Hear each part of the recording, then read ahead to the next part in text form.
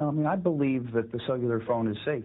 Thomas Wheeler is the president of the cell phone industry's trade group in Washington, D.C. Our industry has gone out and aggressively asked the question, can we find a problem?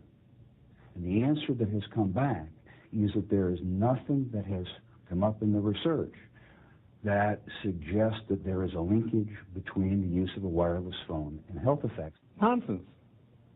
In a word, simple, nonsense. Dr. Louis Slesson is the editor of Microwave News, a widely read and influential trade newsletter, which tracks the cell phone business and frequently criticizes what Slesson says is the industry's attempt to ignore or spin troublesome scientific findings.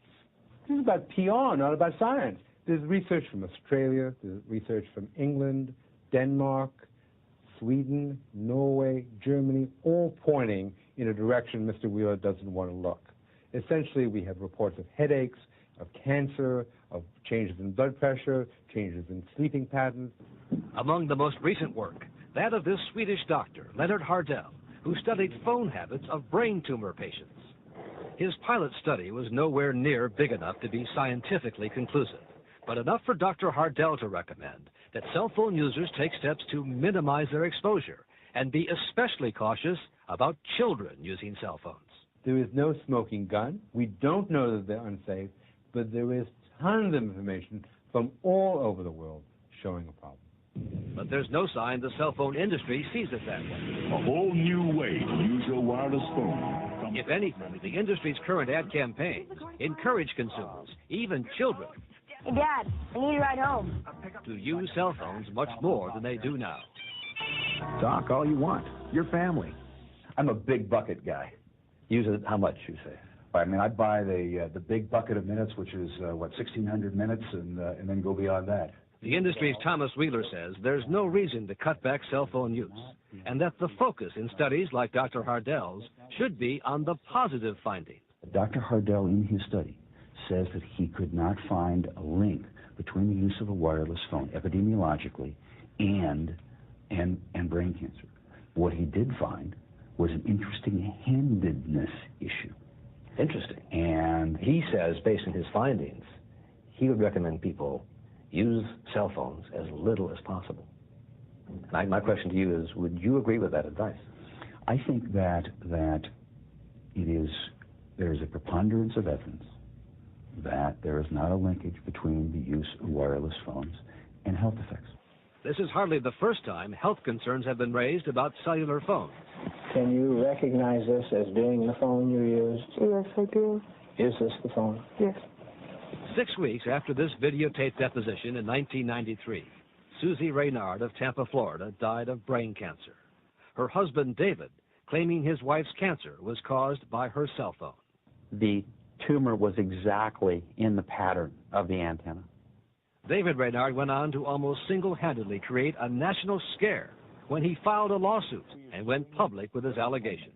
Well, we're suing the carrier, we're suing the manufacturer. There was great alarm on Wall Street, and even though Reynard's lawsuit was later thrown out by a judge for a lack of reliable scientific evidence, it left the cell phone industry with a huge public relations problem.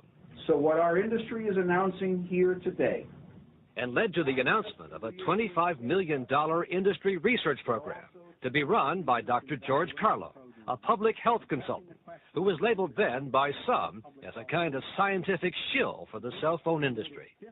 Do you think they thought they had bought you? I hope that they didn't, but I think that they probably did. And now, after 6 years of running the industry's research program, Dr. Carlo has come to a surprising conclusion, forcing him, he says, to break ranks with the industry, to add his voice to those increasingly concerned about the safety of cell phones. We've moved into an area where we now have some direct evidence of possible harm from cellular phones. In a revealing interview of 2020, Dr. Carlo said he felt he had no choice but to blow the whistle on what he says has been going on behind the scenes. The industry had come out right after that program and said there are thousands of studies that prove that wireless phones are safe. And the fact was that there were no studies that were directly relevant. Meaning no studies directly relevant to cell phone exposure. But there are now, including studies Carlo oversaw and that the industry approved and paid for. And this simulates exactly the type of... Clearly suggesting two potential problems, according to Carlo. Genetic damage, based on laboratory tests involving human blood, and an increased risk of a rare type of brain tumor, based on a study of brain tumor patients, although no overall increase in cancer was found. The type of tumor is consistent with the idea that it could be affected by the radiation coming from the antenna. But if these phones were so bad, wouldn't we be seeing thousands, tens of thousands of people with brain tumors right now? Not necessarily. The technology has not been around that long. Cancer is a disease that has a long latency period. It usually takes 10 to 15 years for tumors to develop. The industry says Carlo, who started his own website with online sales of consumer manuals about cell phones, is just trying to profit from his statements. And some of Dr. Carlo's scientific colleagues, including the author on the brain tumor study, disagree with Carlo's interpretation of the findings. One of them is Dr. Martin Meltz, a scientist at the University of Texas and a paid industry consultant whom the industry said we should talk to. I believe, from my perspective, that the weight of knowledge indicates safety of cell phone use. But Carlo says the new studies, while not proving cell phones are dangerous, do contradict such assurances that cell phones are safe. That's something the industry knows? You showed them these same slides? That's correct. The cell phone industry also sought to downplay Dr. Carlo's stunning defection with this formal statement, saying, quote, "The prevailing scientific consensus is that there is no evidence of risk from the use of wireless phones.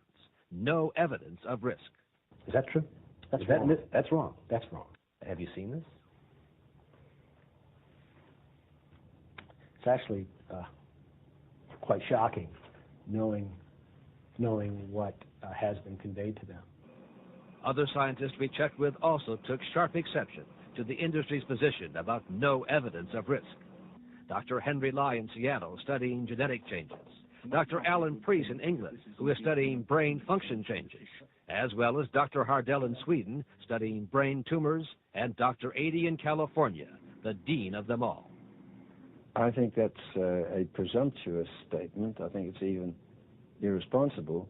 Even the scientists the industry told us to talk to, Dr. Meltz, reluctantly conceded that there is some evidence that needs follow-up. There is evidence, I have to say that. There is evidence of risk. Whether it is valid evidence of risk or not needs to be further examined. Yeah, big guy, how you doing? The industry says it plans more research but stands by its position, essentially dismissing the significance of what the man who ran its science program for the last 6 years has to say. Aren't you concerned when you hear those possible health effects? Brain tumors, genetic damage. I have to look at what the responsible scientists say. They're alarmed by this. And they say that there is not a public health effect. Who says that? And they say... Who actually says that? This is what the FDA has said. Not exactly. When we checked the website of the FDA, the Food and Drug Administration, we found a much more qualified position on cell phones. The FDA says while the available science does not demonstrate harm from cell phones, nor does it lead to the conclusion that they are absolutely safe. And I have to say to people, look, I don't know. There are no answers to what you want to know yet. So no one can reasonably say these phones are proven safe? Not at all. Not at all. The FDA now advises anyone with concerns to cut back on cell phone use or take other steps to avoid exposure. It could be like the early days of cigarette smoking. You know, we just don't know at this stage. And since there's quite a big question mark over it, one might as well